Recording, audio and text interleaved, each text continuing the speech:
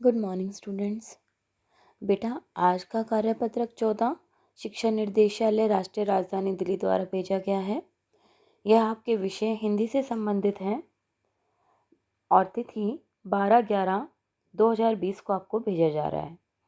बेटा, जब हम कार्यपत्रक शुरू करते हैं तो सबसे पहले ऊपर आपको आपके अध्यापक का नाम और आपका नाम आपको लिखना होता है। साथ ही आप रोल नंबर भी लिखा करिए।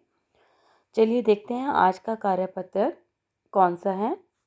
बेटा, यह आपका कार्यपत्रक आपकी वसंत की पुस्तक से लिया गया है और पाठ का नाम है पापा खो गए। हमारी कल्पनाओं का संसार बहुत ही विचित्र है। जब हम कल्पनाओं में खो जाते हैं उस समय हमारे चारों ओर जो निर्जीव चीज़ें होती हैं, कल्पना के संसार में वह बोलती हैं, चलती हैं, नाचती हैं। कल्पना क्या होती है बेटा? इमेजिनेशन, जिसमें हम सिर्फ अपनी कल्पना से चीज़ों को जैसे मर्जी सोच विचार सकते हैं, परंतु वास्तविकता में ऐसा कुछ होता नहीं है। कल्पना के बादलों में उड़ते उड़ते आपने भी ऐसे अनुभव किए होंगे। कई बार आप भी सपने देखते हैं, उन सपनों में अपने आप को कुछ और ही महसूस करते हैं या विचार करने लगते हैं, तो यह सिर्फ कल्पना मात्र होता है।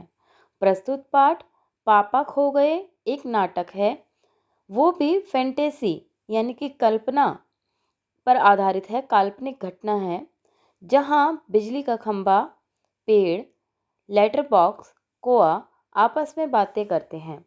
पाठ में एक लड़की भी है जिससे अपने घर का रास्ता नहीं पता है।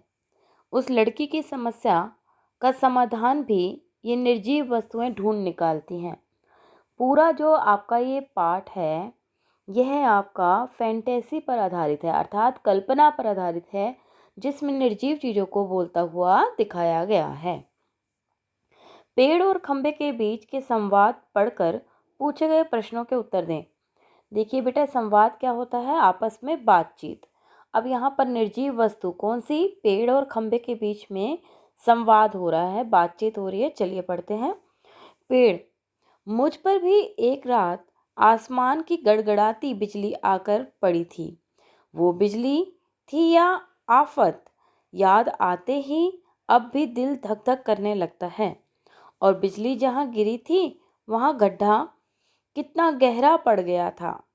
अब जब कभी भी बारिश होती है तो मुझे उस रात की याद हो आती है। अंग थर थर कांपने लगते हैं। खंबा: देखिए बेटे, संवाद के समय में जो पहले बोल रहा है उसका नाम लिखा जाता है, फिर उसके बाद उसके द्वारा कही गई बात। देखिए, जैसे पेड़ ने कहा तो पेड़ को आगे लिख देते हैं। अब खंबा ने कहा तो खंबे को हम लिखकर उसके आगे उससे कही गई बात को कहते हैं। जैसे मेरी तबीयत ही लोहे की है, मतलब वह कहना चाहता है कि मैं तो लोहे का बना हुआ हूँ, जो मैं बीमार नहीं पड़ता, वरना कोई भी इस तरह बारिश, ठंडी और धूप में खड़ा रहे तो ज़रूर बीमार पड़ जाएगा या नहीं। कितने दिन बीत गए, कितनी रातें, लेकिन मैं बराबर इसी तरह खड़ा रहा हूँ। अब इनके प्रश्नों के उत्तर बेटा देख लेते हैं हम।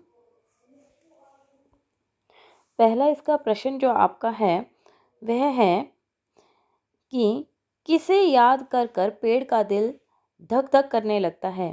एक रात पेड़ पर आसमान की गड़गड़ाती हुई बिजली आकर गिर पड़ी, उसे याद कर कर ही पेड़ का दिल धक धक करके क्या करने लगता है?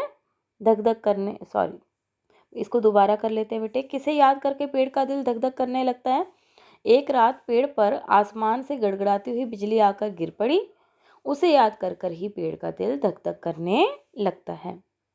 प्रश्न नंबर 2 देखें। जहाँ बिजली गिरी वहाँ क्या हो गया?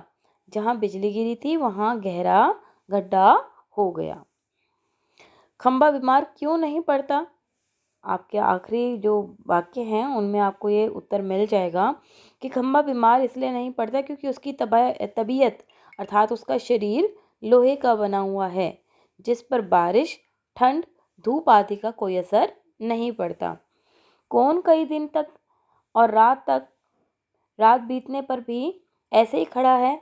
बेटा, इसका आंसर आपका होगा कि कई दिन और रात बीतने पर भी खंभा ऐसे ही खड़ा है। अब इस पर आधारित एक आपको गतिविधि दी गई है। आप भी किन्हीं दो निर्जीव वस्तुओं के बीच संवाद अपनी कल्पना से लिखिए। बेटे, संवाद लिखने से पहले हमें जानना होगा कि संवाद का अर्थ है आपस में बातचीत। निर्जीव वस्तुएं जिनमें जान नहीं होती उन्हें निर्जीव कहा जाता है।